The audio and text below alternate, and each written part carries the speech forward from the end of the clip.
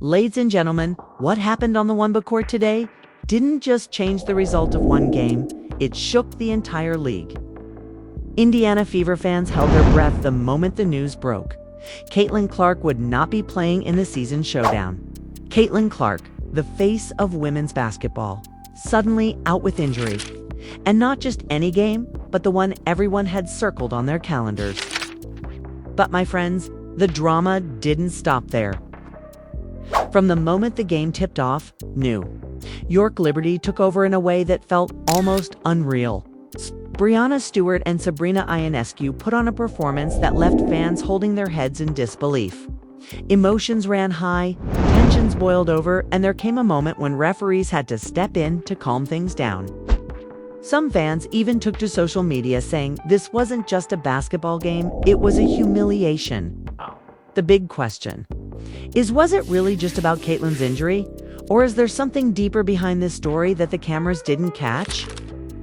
Tonight, we're breaking down everything that happened in this unforgettable season showdown. From the very first moment fans stepped into the Barclays Center, there was an undeniable tension in the air. Whispers moved through the crowd like electricity. CaitlinClark wasn't warming up.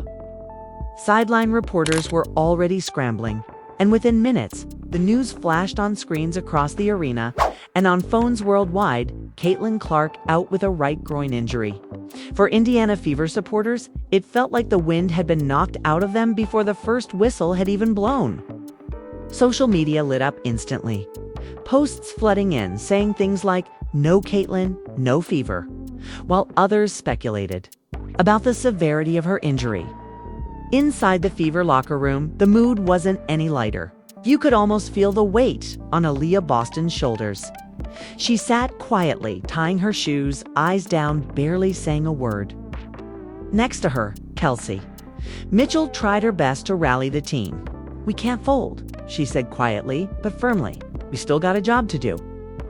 Yet, as the players stepped onto the court, something was off. Their energy felt fractured. On the other end, New York Liberty seemed sharper than ever. Breanna Stewart and Sabrina Ionescu exchanged glances, like they had already made up their minds this wasn't going to be just another game. It was about making a statement. The first quarter started, and Liberty wasted no time. Stewart hit a quick jumper, followed by a fast break layup from Sabrina. Within 2 minutes, Liberty had already jumped to an 8-point lead. Fever looked flat. Their passes slow, their movements hesitant. Fans sitting courtside started murmuring, watching as Liberty continued piling on the pressure. Stewart wasn't holding back. She blocked Aaliyah Boston's shot, grabbed the rebound, and sprinted coast to coast for an easy finish. By this point, even the Fever bench looked defeated. One camera panned to their head coach, Stephanie White, her face tight with frustration, as she yelled directions that seemed to fall on deaf ears. The first timeout was called, and it was already Liberty up by double digits. In the crowd, emotions were bubbling. Some Fever fans had traveled all the way from Indiana just for this game, hoping to see Clark and the team shine. Quietly, faces blank, while Liberty supporters cheered louder with every shot. That's when something unusual happened on the Fever bench. Cameras caught an exchange between Aaliyah Boston and Kelsey Mitchell, Boston shaking her head, looking exasperated. Mitchell leaned in, speaking urgently, but Boston wasn't having it. She stood up, walked to the end of the bench, and sat down with a towel over her head. Fans watching the broadcast started buzzing. Was there already friction building between the Fever stars? Back on the court, Liberty just kept escalating.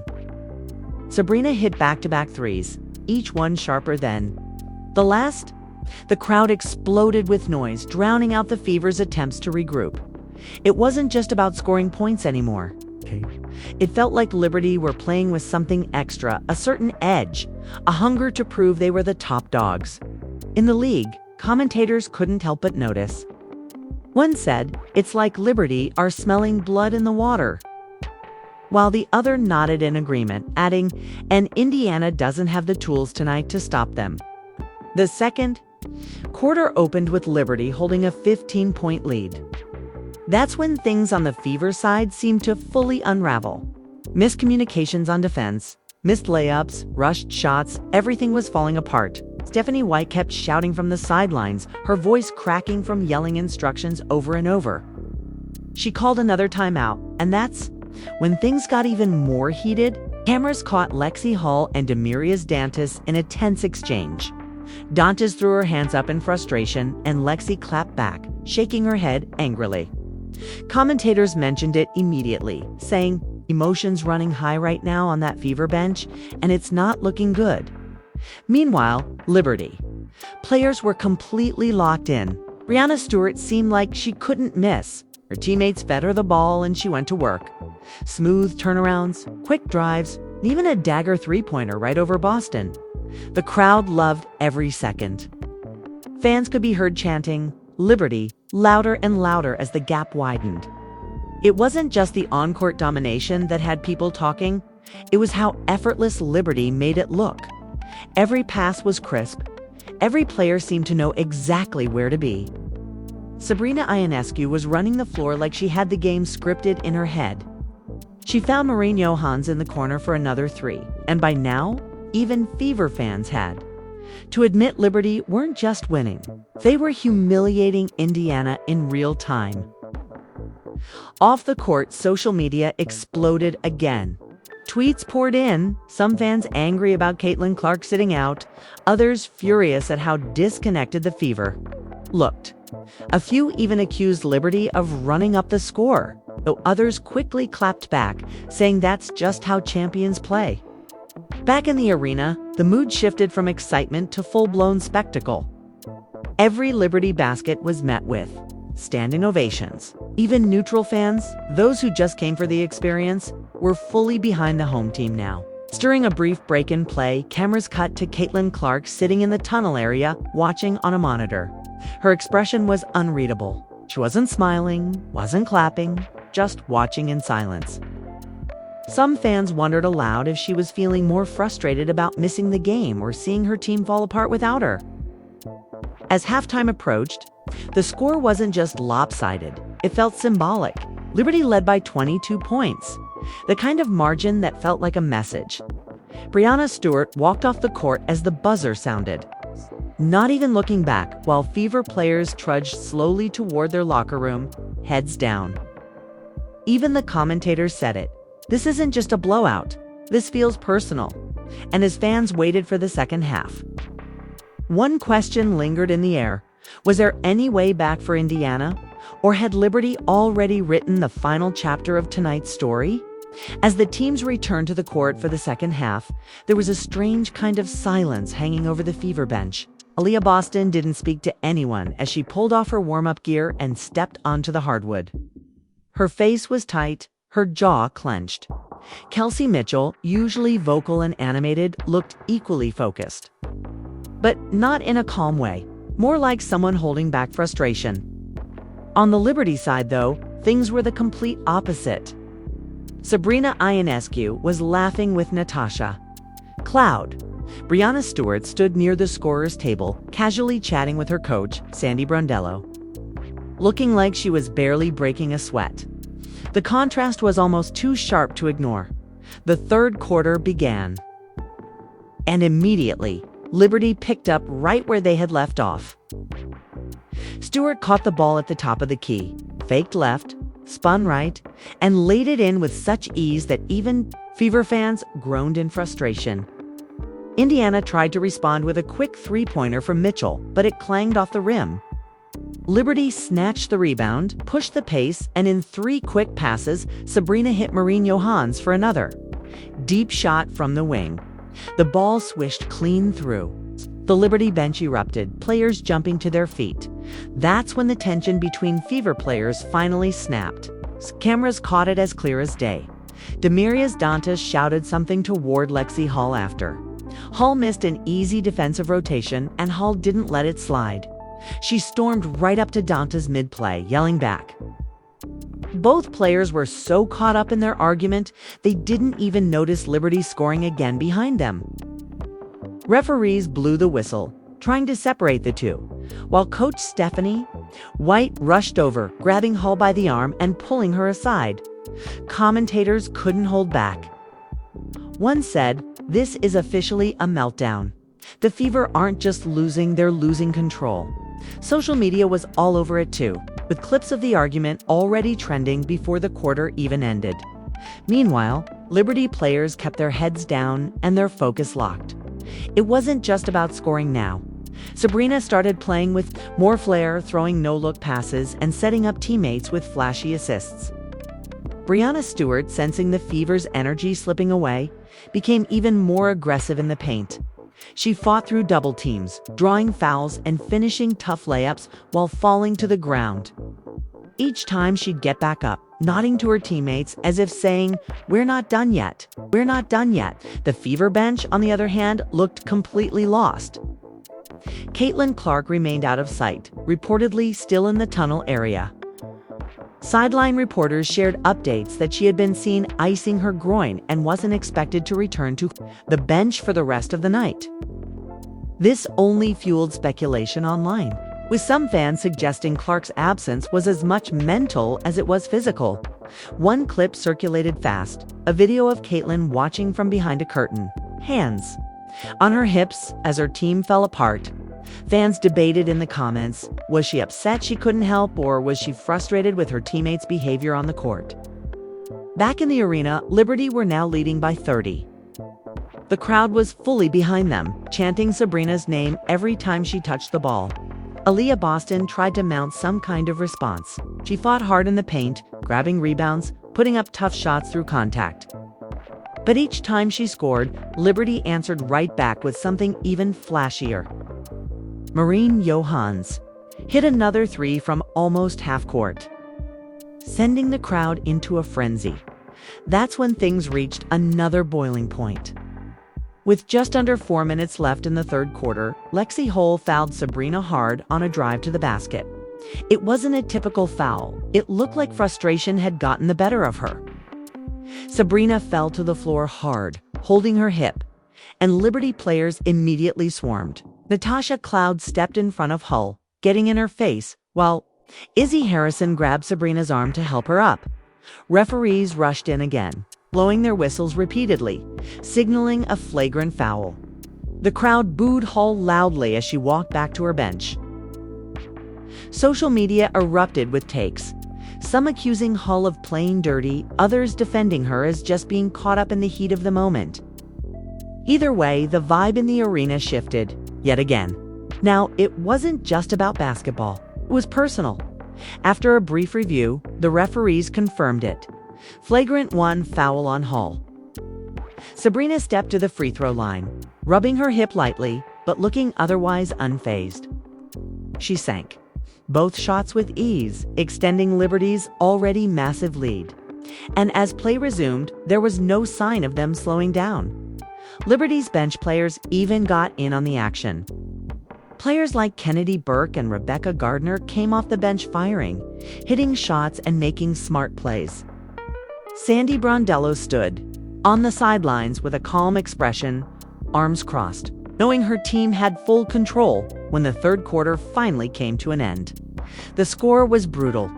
Liberty up by 30-5 as the teams huddled before the fourth quarter. Sideline reporters mentioned again how Fever players had been seen arguing not just on the bench, but even in the locker room during halftime. Fans watching from home started posting screenshots of those moments, with captions like "Indiana Fever falling apart live on national TV." And as the fourth quarter began, that feeling only grew stronger. Liberty didn't need to prove anything else, but they kept pushing.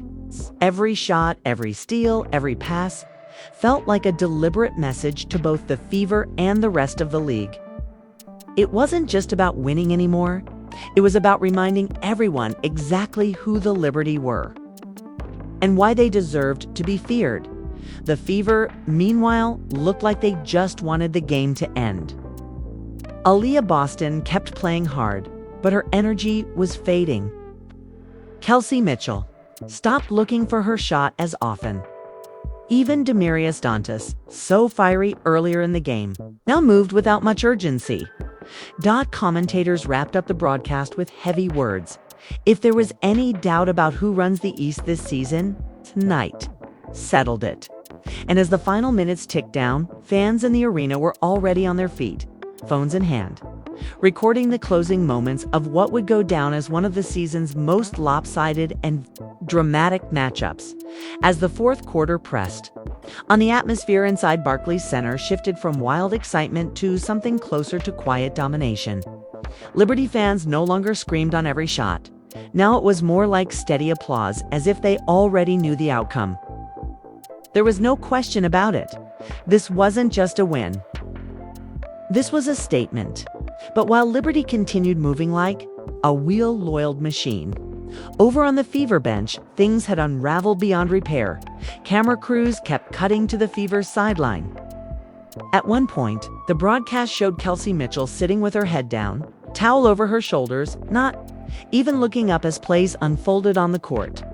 Next to her, Aaliyah Boston sat with her arms crossed tightly, eyes locked forward, her face showing no emotion at all. What caught everyone off guard, though, was the visible absence of Stephanie White. The Fever head coach had stepped away from the bench briefly, and no one seemed to know why. Rumors swirled immediately. Sideline reporters speculated she might have gone to check on CaitlinClark in the locker room again. That only fueled more questions online. Was Clark's injury worse than fans were told? Did her exit from the game cause even more internal tension than anyone suspected? Already, social media was on fire with hashtags like #FeverCollapse and #LibertyStatementGame, trending across multiple platforms. Back on the court, Liberty's bench players were still going full speed. Izzy Harrison made another strong post move, spinning past Dantas for an easy bucket, and even rookies like Michaela Timpson found ways to contribute.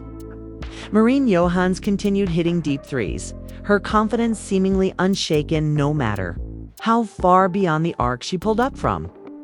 On one possession, she even dribbled between her legs twice before launching a shot that dropped clean through the net, prompting commentators to simply say, "That's just disrespectful at this point." With every basket, the Fever players grew quieter. There were no longer any visible signs of fire or pushback. It felt like everyone in the building could sense it. This wasn't just physical defeat. It was mental too. Then, out of nowhere, an unexpected moment reignited the crowd. As Liberty jogged back on defense after another made three, a sudden whistle stopped play. Referees turned toward the Fever bench, signaling a technical foul. Fans sat up in their seats, confused, until the cameras zoomed in. Demarius Dantas was standing, yelling at an official from the sideline, according to sideline mics. She was furious over what she felt was a missed foul call earlier in the game, but the timing felt off.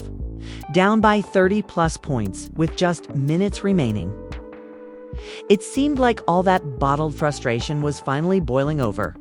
Natasha Cloud stepped up to take the technical free throw, sinking it easily.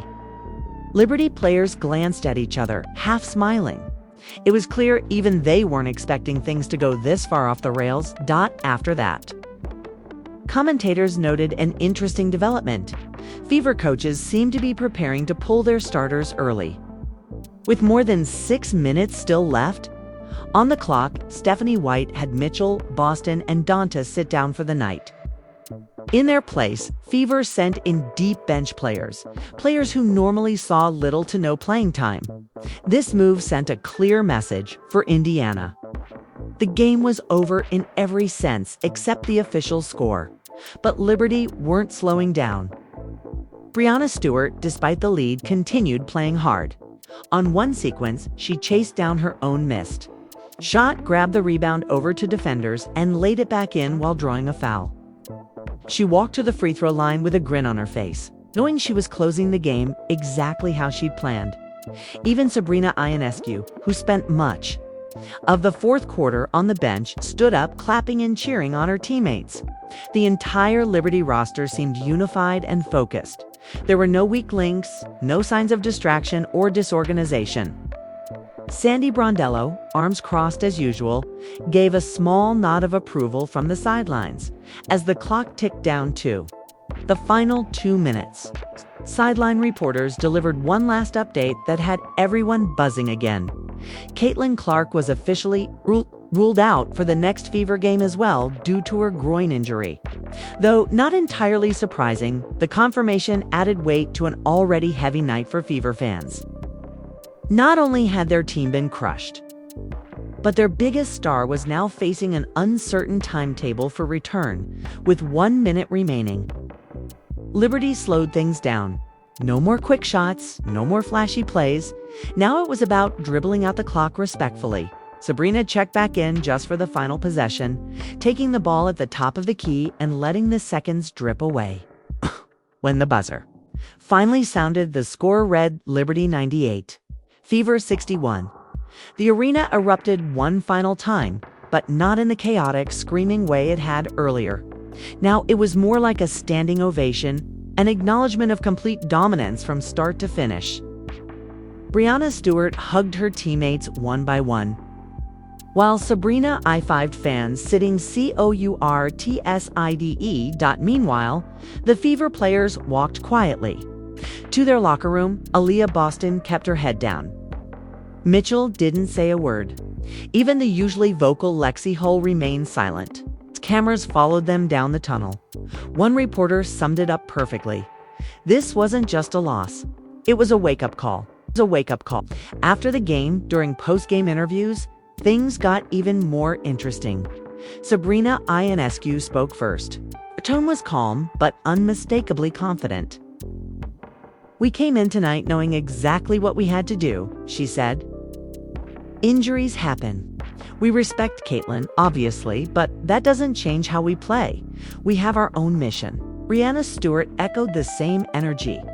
When asked about her dominant performance, she shrugged slightly before answering, "It's not about the numbers. It's about making sure everyone remembers who we are." On the Fever side, Stephanie White's press conference was noticeably shorter. She answered only a handful of questions before leaving, but not before acknowledging the situation. "We've got a lot to figure out," she said simply. "We'll regroup." Social media continued buzzing deep into the night, with fans sharing everything from highlight clips to heated debates over CaitlinClark's absence and the Fever's future. Some called it the worst game of the season for Indiana. Others praised Liberty as unstoppable. One thing everyone agreed on tonight was no ordinary game. That Showdown had turned into something much bigger than just basketball.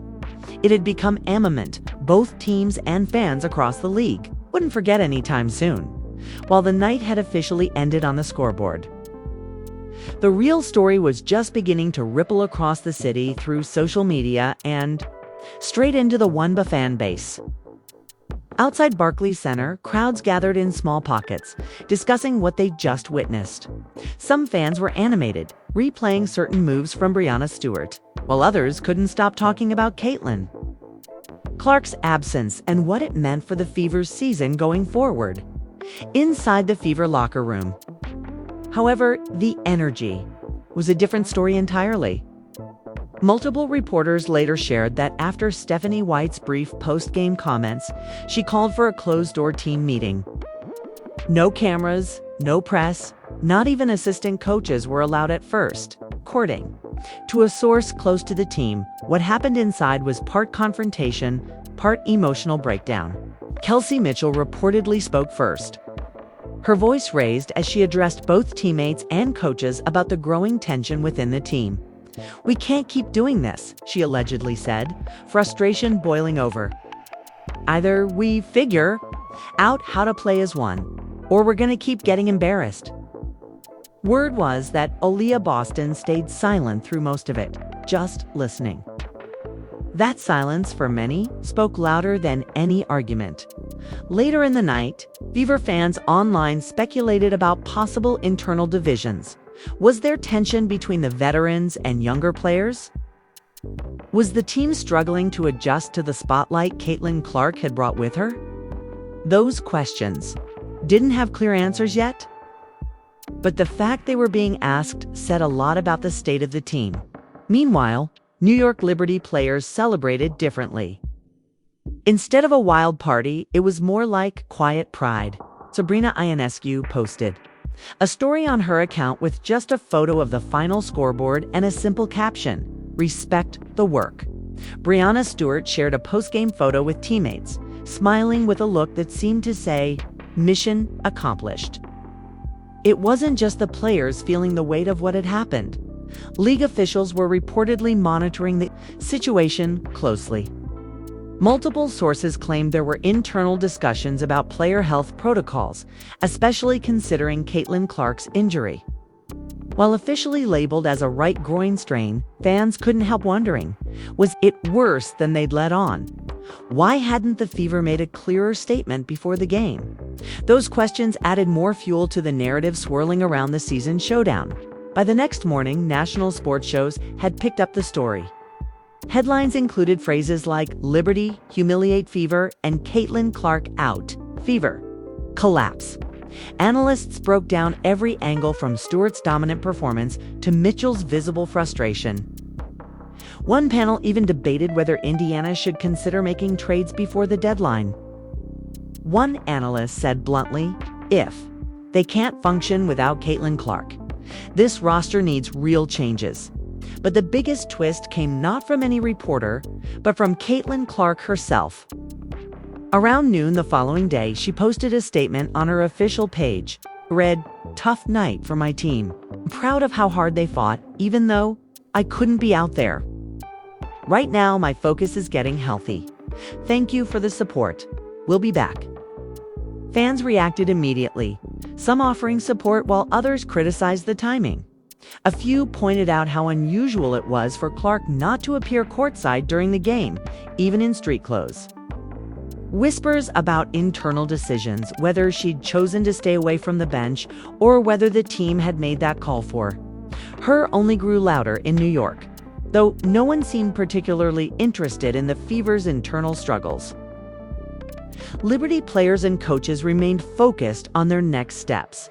Sandy Brondello reportedly held a light practice session, emphasizing recovery and preparation for the All-Star break. In an informal chat with reporters, she made it clear, "We respect every opponent, but we have goals that go beyond just one game." Around the city, Liberty fans embraced the victory as a symbol of their team's rising status. Murals started appearing, fan-made graphics celebrating Stewart Ionescu and the team's unity. Hashtags like #LibertyRising and #WNBA Kings of New York trended for hours, while most of the sports world focused on the game's outcome. A smaller subset of fans and insiders couldn't stop talking about the emotions behind it all. Footage leaked of a moment just before tip-off where Stewart and Boston exchanged words. No audio was caught, but body language experts on social media spent hours analyzing the clip. Some claimed it was nothing but a friendly exchange. Others argued it showed clear tension. Adding even more to the night's layered drama was a now viral clip showing Fever assistant coach chatting with a referee during halftime, apparently pleading for fairer calls. While there was no official complaint filed, the fact it happened fed into an existing storyline about officiating bias and the pressure both teams felt under the spotlight. Through it all, one fact remained clear. Liberty had sent a message to the entire league. Their chemistry, focus, and resilience stood out as something real, something even bigger than the night's headline-grabbing injury. By late evening, as both teams moved on to prepare for their next matchups, fans were still debating every detail, whether it was about Clark's health, Fever's future, or Liberty's dominance. The conversations weren't slowing down anytime soon, and as every seasoned WNBA fan knows, moments like these don't just fade away, they shape entire seasons. This showdown wasn't just about a score. It became about pride, about proving a point, and about reminding everyone that in the world of women's basketball, no story is ever as simple as it seems.